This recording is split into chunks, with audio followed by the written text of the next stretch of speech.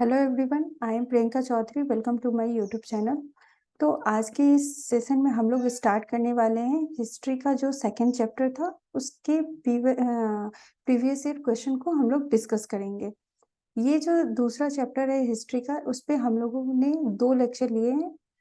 2 lecture में के अंदर ये सारे टॉपिक को कंप्लीट किया गया है और अब उस चैप्टर से रिलेटेड जितने भी PYQ है उसको आज हम लोग डिस्कस करने वाले हैं। तो उससे पहले हम लोग एक बार ये सारे चैप्टर को रिवाइज करेंगे कि ताकि हम लोग ये जान लें कि इस चैप्टर के अंदर हम लोगों ने क्या क्या पढ़ा है।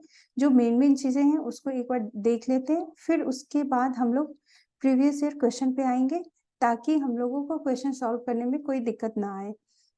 तो चलिए एक बार देख लेते हैं कि इस चैप्टर के अंदर हम लोगों ने क्या क्या पढ़ा है।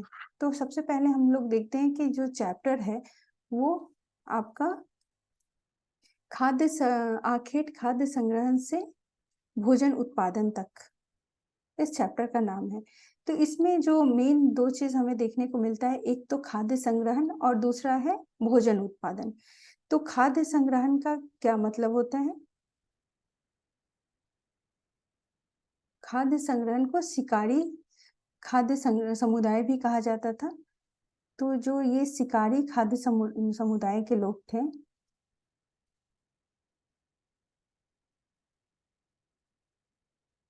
खाद्य समुदाय के लोग,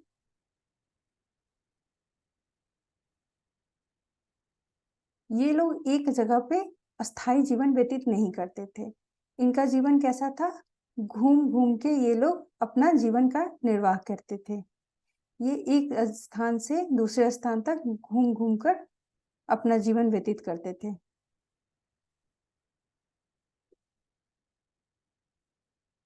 घुमक्कड़ प्रजाति के होते थे। इनके एक स्थान से दूसरे स्थान पर घूमने के पीछे का रीजन क्या था? तो जो मेन कारण था वो मेनली 4 कारण के कारण ये लोग अस्थायी जीवन व्यतीत नहीं करते थे। पहला तो ये कि ये लोग भोजन की खोज में रहते थे। भोजन की भोजन की खोज के कारण भोजन की तलाश में एक स्थान से दूसरे स्थान पर जाते थे। एक स्थान से दूसरे स्थान पे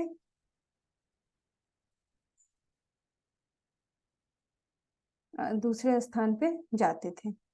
दूसरा जो कारण था वो आपका है मवेशी के चारों के लिए,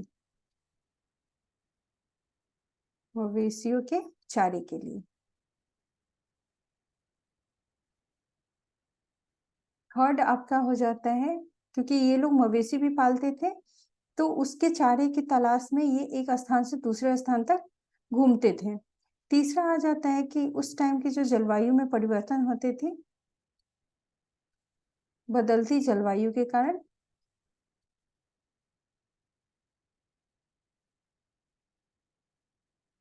बदलती जलवायु के कारण भी ये लोग एक स्थान से दूसरे स्थान पर जाते थे। और चौथा जो कारण है वो है पानी की खोज में।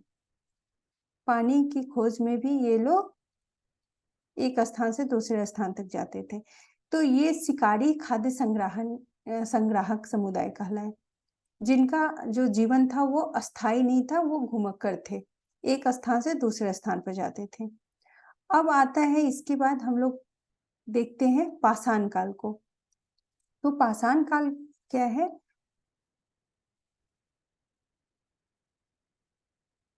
पाषाण काल, जिसको प्रागैतिहासिक काल के अंतर्गत जाना जाता है। प्रागैतिहासिक काल, इस काल के बारे में हम लोगों ने पढ़ा है कि प्रागैतिहासिक काल किसको कहते हैं? जिस काल की जानकारी हमें पुरातात्विक स्रोत से मिलती है, उस काल की कोई भी जानकारी हमें लिखित रूप से नहीं मिली है, क्योंकि जो भी साहित्यिक स्रोत उस टाइम में थे ही नहीं, कोई भी लिखित हम लोगों के पास साक्ष्य नहीं मिले हैं। तो प्रागैतिहासिक काल पूरा का पूरा कैसा काल था जहाँ पे हम लोगों को जो भी जानकारी मिली है वो सब पुरातात्विक स्रोत, जो भी भौतिक स्रोत थे, उसके आधार पे हम लोग इस काल को जानते हैं। तो पहला आ जाता है कि पाषाण काल किसको कहते हैं? Stone age. तो स्टोन एज के को जान सबसे पहले जो जानकारी दी गई वो किनके द्वारा दी गई? तो रॉबर्ट रॉबर्ट बुशफ्रूट थे। एक वैज्ञानिक जिनका नाम था रॉबर्ट बुशफूड। इनको भारतीय प्रागैतिहासिक काल का पिता भी कहा जाता है।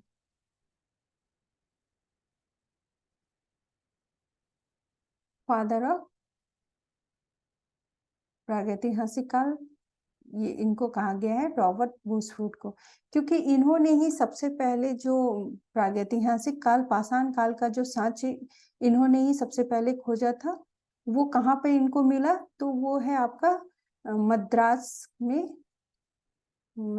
में आपका पलवरम नामक स्थान पे। जो आधुनिक काल में कौन सा जगह बोलते हैं? आधुनिक काल के जो चेन्नई है वो आपका मद्रास कहलाता था। उस स्थान से इनको कहाँ प्रागैतिहासिक काल के साक्ष्य मिले। उसके बाद हम लोग देखते हैं कि जो ये प्रागैतिहासिक काल है उसको, पाषाण काल को कितने भागों में डिवाइड किया गया है। तो प्रागैतिहासिक काल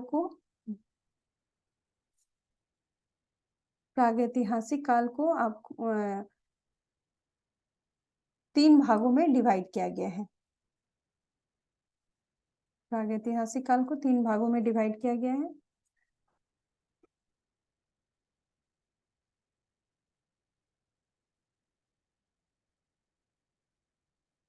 पाषाण काल को देखते हैं। जो पाषाण काल थे, पाषाण काल का 3 भाग में डिवाइड होता है। पहला आपका हो जाता है पूरा पाषाण काल, दूसरा है आपका मध्य पाषाण काल,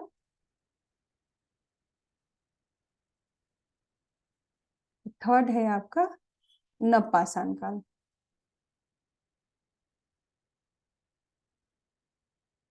दूसरा हम देखते हैं कि जो पूरा पाषाण काल है, वो पूरे पाषाण काल में जो सबसे लंबी कालावधि मानी जाती है वो पूरा पाषाण काल का, क्योंकि इसको फिर से 3 भाग में डिवाइड किया गया है।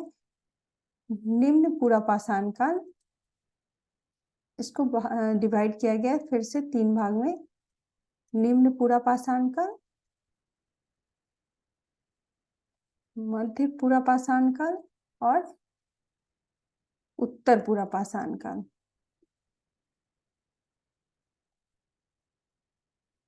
तीसरा हो जाता है उत्तर पूरा पाषाण काल।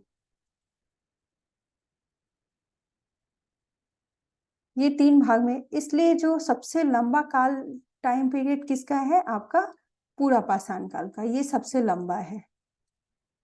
आपके एग्जाम में भी पूछा गया है कि सबसे लंबे समय तक कौन सा काल रहा है आपके पाषाण काल में, तो वो पूरा पाषाण काल रहा है। अब इन सारी की जो संस्कृति है इसके नाम पर नामकरण किया गया है।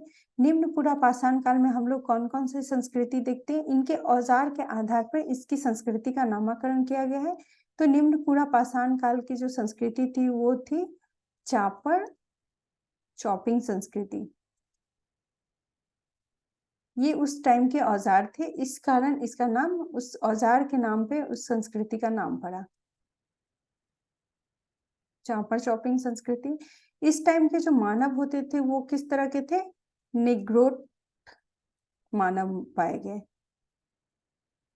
दूसरा आ जाता है आपका मध्यपूरा पाषाण काल, जिस काल की जो संस्कृति है वो आपका खुरचनी वेदक संस्कृति है। वेदक संस्कृति, इस संस्कृति का नाम रखा गया। इस काल के जो मानव थे वो निएंडरथल मानव कहलाए।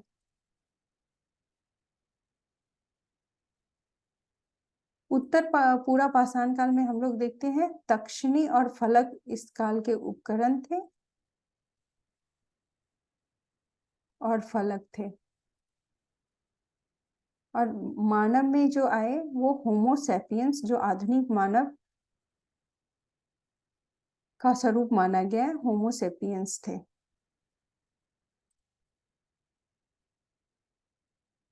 होमो सैपियंस मानव इस काल में हुए।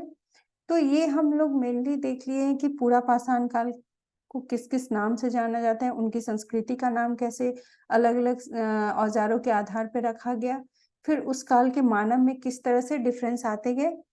तो ये हमारा पूरा पाषाण था। मध्य पाषाण काल में हम लोग क्या देखते हैं कि उस टाइम में जो जलवायु थी उसमें काफी परिवर्तन आया। जलवायु परिवर्तन के कारण उस टाइम में जो बदलती पर्यावरण के कारण बहुत चीजों में परिवर्तन आया। जैसे उस टाइम में जो औजार थे वो अब लघु पाषाण काल, लघु औजार मिलने लगे, लघु औजार मिलते थे, जिसको हम लोग क्या कहते थे, मीसोलिथिक। इस काल का नाम पड़ा, उस औजार के साइज के कारण उस काल का नाम मीसोलिथिक पड़ा। अब हम लोग देखते हैं मीसोलिथिक इसमें मध्य पाषाण काल में, और आपको क्या है कि जो औजार मिलती थी उसमें हड्डी और लकड़ियों के मुठरे लगे रहते थे पत्थर के औजार के ऊपर। फिर बसने की जो प्रक्रिया है, अब यहाँ से हम लोग देखते हैं कि जो बसने की प्रक्रिया है वो स्टार्ट होती है। तो बसने की प्रक्रिया इस तरह से कह के भी क्वेश्चन आया है कि बसने की प्रक्रिया किसे कहते हैं। ये आपका क्वेश्चन पूछा गया था कि बसने की प्रक्रिया किसे कहते हैं।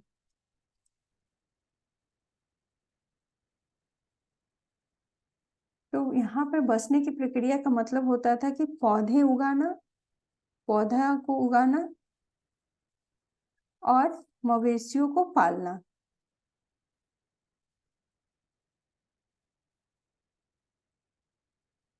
जानवर को पालना, इन दोनों काम के लिए ये लोग क्या किए, एक स्थान पे रहना स्टार्ट कर दिए। तो इस प्रक्रिया को ही उस काल में कहा गया है कि बसने की प्रक्रिया कहा गया। इसके बाद हम लोग देखते हैं नवपाषाण को। नवपाषाण काल के अंदर क्या हम लोग इसको क्रांति का काल भी कहा जाता है, नवपाषाण काल को, क्योंकि इस काल में आते आते मानव में बहुत सारे परिवर्तन हमें देखने को मिलता है। यहाँ से मानव विकासशील की तरफ बढ़ते हैं, काफी विकासशील हो गए थे। यहाँ पे कृषि कार्य आपका स्टार्ट हो गया था।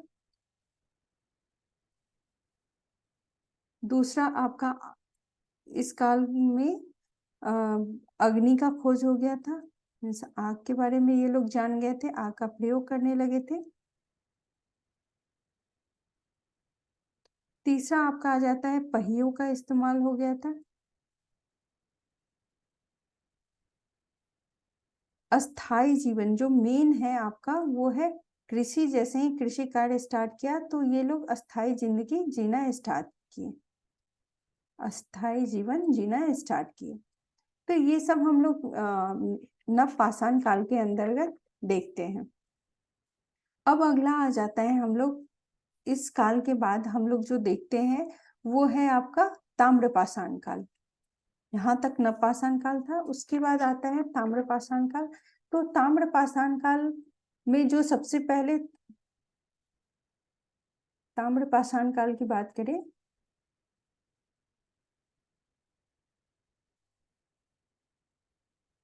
इसके अंतर्गत हमें जो धातु मिली वो कौन सा धातु था, तांबा था, तांबा धातु मिला। ये सबसे पहले मानव जीवन में जो धातु का इस्तेमाल हुआ था वो तांबे धातु का इस्तेमाल हुआ था। वो आपका 5000 ईसा पूर्व, टाइम इसका है 5000 ईसा पूर्व। उसके बाद हम लोग देखते हैं ताम्रपाषाण काल में जो संस्कृतियां आई वो कौन कौन सी संस्कृति थी। आहार संस्कृति थी, आपका दूसरा कायथा संस्कृति थी, मालवा संस्कृति आई। ये सारी संस्कृति इस काल में हमें देखने को मिलती है। इसके बाद हम लोग देखते हैं जो आहार संस्कृति है उसको ताम्रवती भी कहा जाता है। उनका जो प्राचीन पुराना नाम है वो ताम्रवती है। ताम्रवती का मतलब क्या होता है, जहाँ पे तांबे वाली जगह को ताम्रवती कहा जाता है, जहाँ पे तांबे की संख्या काफी मिलती है, काफी संख्या में तांबे मिलती है। इस स्थान से हमें मृदुहान भी मिले हैं। उसके बाद अब हम लोग ताम्रपाषाण के बाद जो देखते हैं काल वो आपका आ जाता है कांस्य युगीन काल। कांस्य युगीन काल, इस काल को नगरीय आरंभिक नगर भी कहा जाता है। आरंभिक नगर का काल कहा जाता है। और ये हमारा अर्थ इतिहास का पाठ है, अर्थ ऐतिहासिक काल है। अर्थ ऐतिहासिक काल के बारे में हम लोगों ने पढ़ा है कि जिस काल की जानकारी हमें लिखित स्रोत से तो मिलती है, इस काल में लिखित स्रोत थी लेकिन उसे पढ़ा नहीं गया था। जैसे प्रागैतिहासिक काल में हम लोगों के पास केवल पुरातात्विक स्रोत थे, लिखित कोई स्रोत हमें नहीं मिला है। लेकिन अर्थ ऐतिहासिक काल आते आते लिखित स्रोत तो मिले हैं लेकिन उसे आज तक पढ़ा नहीं गया है, इसलिए इसको अर्ध ऐतिहासिक काल कहते हैं। इस काल में ही इस काल को हड़प्पा काल भी कहा जाता है। हड़प्पा संस्कृति का काल या सिंधु घाटी सभ्यता का काल, ये सारे इसके अंतर्गत आते हैं। क्योंकि सिंधु सभ्यता जो आई या हड़प्पा सभ्यता जो आई, उसके उस सभ्यता की जो लिपि थी उसे आज तक नहीं पढ़ा गया है, इसलिए इसको आद्य ऐतिहासिक काल के अंतर्गत माना जाता है। इसके बाद जो हम लोग इसके कालक्रम को देखते हैं वो है आपका 2500 ईसा पूर्व से 1750 ईसा पूर्व। अब इसके बारे में हम लोगों ने तो बाकी चीजें पिछले ही वीडियो में देख चुके हैं, तो ये मेनली हमारा इस टॉपिक का एक समरी था, जिससे आप अब क्वेश्चन को हम लोग जब डिस्कस करेंगे तो आप इजिली इसको सॉल्व कर पाएंगे। तो चलिए अब एक एक करके क्वेश्चन को देखना स्टार्ट करते हैं।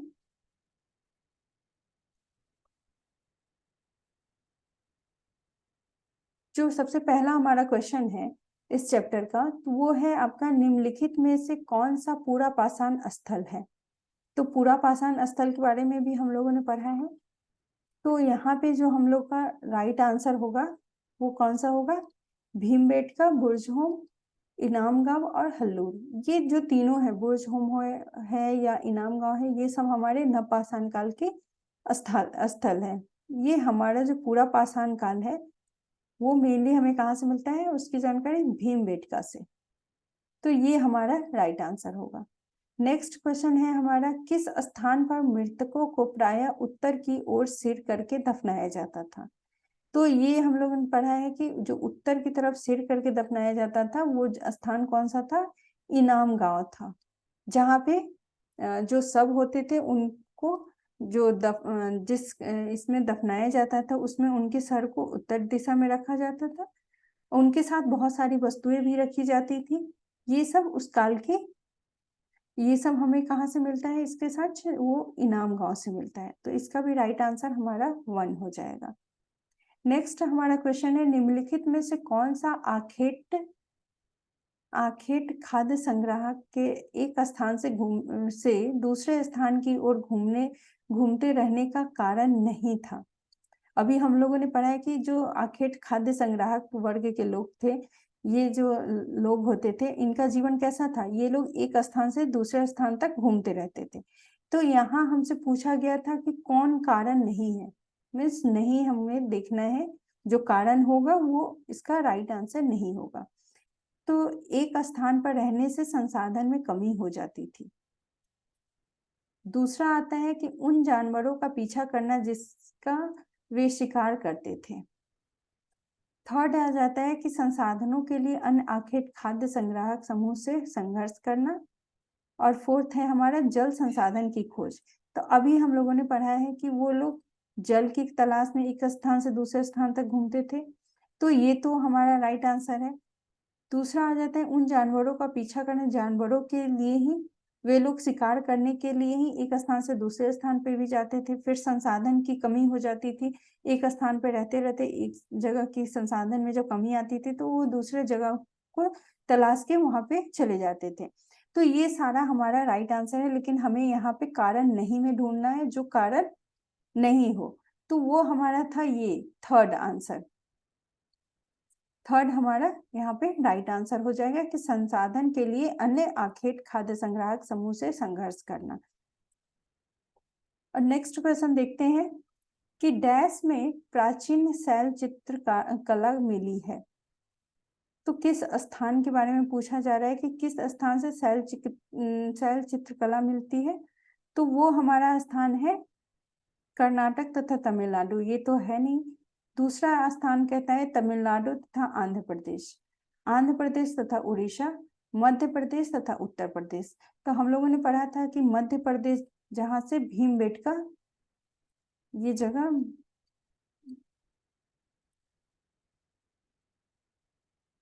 जो कि एमपी में है, मध्य प्रदेश में है, यहाँ से हमें शैल चित्रकला का अवशेष मिला है। तो हमारा राइट आंसर 4 हो जाएगा। अगला क्वेश्चन है, महापाषाण के विषय में निम्नलिखित कथनों में से कौन सा कथन सही है? तो सबसे पहले हम लोग जानते हैं कि महापाषाण काल किसे कहा जाता था। महापाषाण काल, जब जहां पे कब्र डाले जाते थे, जहां पर मृतकों को रखा जाता था, उस स्थान को घेर के एक उसके ऊपर एक इमारत टाइप बनाया जाता था, उसको हम लोग महापाषाण काल कहा जाता था। तो यहाँ पे हम लोग देखते हैं कि ये पत्थर के औजार बनाने के लिए कच्चा माल उपलब्ध कराते थे, ये गलत है। दूसरा है पॉइंट, ये सभी भूमिगत और दृष्टि से ओझल रूप में पाए गए थे। थर्ड पॉइंट कहता है ये भारतीय उपमहाद्वीप के उत्तर पश्चिम में संकेंद्रित थे। इनका उपयोग दफन करने की जगह को चिन्हित करने के लिए किया जाता था।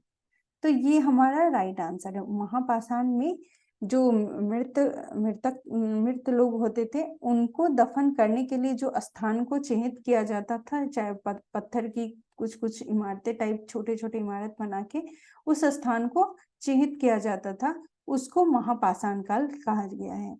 तो यहाँ पे राइट आंसर आपका 4 हो जाता है। नेक्स्ट हम लोग देखते हैं कि दिए गए 2 कथन हैं, कथन ए और बी को पढ़िए और सही का उत्तर चयन कीजिए। पहला हमारा पॉइंट है, मेहरगढ़ पाकिस्तान के बोलन दर्रे के पास एक उपजाऊ मैदान में स्थित है। यह खेती और पशुपालन के साक्ष्य पाए जाते हैं। यहाँ खेती और पशुपालन के साक्ष्य पाए जाते हैं। तो आपका ये दोनों ही पॉइंट जो है, मेहरगढ़ पाकिस्तान के बोलन दर्रे में पाया जाता है, ये भी राइट है, और मेहरगढ़ से ही हमें खेती और पशुपालन के भी साक्ष्य मिले हैं। तो ये दोनों हमारा राइट आंसर है। तो आपका थर्ड इसका राइट आंसर हो जाता है। नेक्स्ट हम लोग देखते हैं, हम यह आज कैसे जानते हैं कि पूरा पाषाण युग में भारत में शुतुरमुर्ग होते थे? तो पूरा पाषाण काल से ही हमें शुतुरमुर्ग के अंडे मिले हैं। वे स्थान कौन से हैं जिससे हम ये जानते हैं कि पूरा पाषाण काल में शुतुरमुर्ग के अंडे मिलते थे? तो यहाँ कहा गया है कि विदेशी यात्री के वृत्तांत में इसका वर्णन है, ये तो गलत है। दूसरा है, उस समय की कृतियों में इस पक्षी का विविध लेख हमें मिलता है। महाराष्ट्र के पटने पूरा स्थल से शुतुरमुर्ग के अंडे के अवशेष मिले हैं। तो ये हम लोगों ने पढ़ा था कि कहाँ से हम लोगों को शुतुरमुर्ग के अंडे का अवशेष मिला है, तो वो महाराष्ट्र के पटेन पूरा स्थल है, वहां से हमें शुतुरमुर्ग के अंडे मिले हैं, जिस पर चित्रकारी भी की जाती थी। इसके छिलके पे चित्रकारी भी मिलती है। तो ये हमारा राइट आंसर हो जाता है। अगला हम लोग देखते हैं, एक महापाषाण कब्र में 2 कंकाल के अवशेष थे। इन दोनों में से महिला के कंकाल का अनुमान लगाने हेतु देखना होगा। यहाँ पे 2 कंकाल की बात कही गई है, एक तो महिला की है, एक दूसरा पुरुष का है। तो उसमें हम इन दोनों में से महिला के, अभी हमें चूज क्या करना है कि जो महिला के कंकाल होते थे उनसे कैसे अनुमान लगाया जाता था, उनको कैसे पहचाना जाता था। तो पहला है हड्डियों की संरचना देख के, क्योंकि पुरुष और महिला की जो हड्डियां होती है उसमें कुछ संरचना में अंतर पाई जाती है, तो संरचनाओं में अंतर करके ये सही है। दूसरा है कंकाल के साथ मिले आभूषण, ये गलत है। तीसरा आ जाता है, क्योंकि आभूषण की वहां पे बात नहीं कही गई है, कंकाल के आकार से भी पता चलता है। तो हमारा ए और सी आंसर राइट हमारा 1 हो जाता है। अगला देखते हैं कि पूरा स्थल के संदर्भ में निम्नलिखित में से कौन सही है? तो पूरा स्थल किसे कहा जाता है? जहां से हमें उस काल के जो अवशेष मिलते हैं वैसे स्थान को पूरा स्थल कहा जाता है। तो वह स्थान जहाँ वस्तुओं के अवशेष मिलते हैं, ये केवल जमीन के ऊपर ही पाए जाते हैं। तो पूरा स्थल जरूरी नहीं है कि जो अवशेष हमें मिलते हैं वो धरातल के ऊपर ही होते हैं। वो धरातल के ऊपर भी हो सकते हैं, उसके नीचे भी हो सकते हैं, समुद्र के अंदर भी हो सकते हैं। तो ये सारे पॉइंट जो है वो गलत है। राइट हमारा आंसर ए हो जाता है। तो केवल ए, थर्ड हमारा राइट आंसर है। लास्ट हमारा क्वेश्चन कहते हैं कि भीमबेटका के पूरा स्थल भारत के किस राज्य में पाए गए हैं? तो भीमबेटका कौन सा स्थान का नाम है, किस राज्य में पड़ता है भीमबेटका? तो ये जो आपका है वो है एमपी, मध्य प्रदेश में भीमबेटका है, जहां से हमें शैल चित्रकारी का शैल चित्रकारी के अवशेष मिले हैं। एमपी में है, जहां से गुफा चित्रकारी का अवशेष मिला है।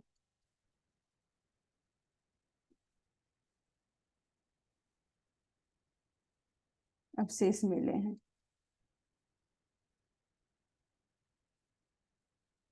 ये आपका टोटल क्वेश्चन हुआ। आपके इस चैप्टर से रिलेटेड जितने भी क्वेश्चन थे उसको हम लोगों ने डिस्कस किया है। अब हमारा ये जो हिस्ट्री का सेकेंड चैप्टर था वो कंप्लीट होता है। अब नेक्स्ट हम लोग क्या देखेंगे? नेक्स्ट अब हम लोग का थर्ड चैप्टर हम लोग स्टार्ट करेंगे हिस्ट्री का। ये चैप्टर आप लोगों के लिए काफी इंपॉर्टेंट, क्योंकि इससे हमेशा क्वेश्चन पूछा ही जाता है आपके, ज्यादातर पूरा पाषाण काल से, नवपाषाण काल से, इस तरह से क्वेश्चन पूछे जाते हैं।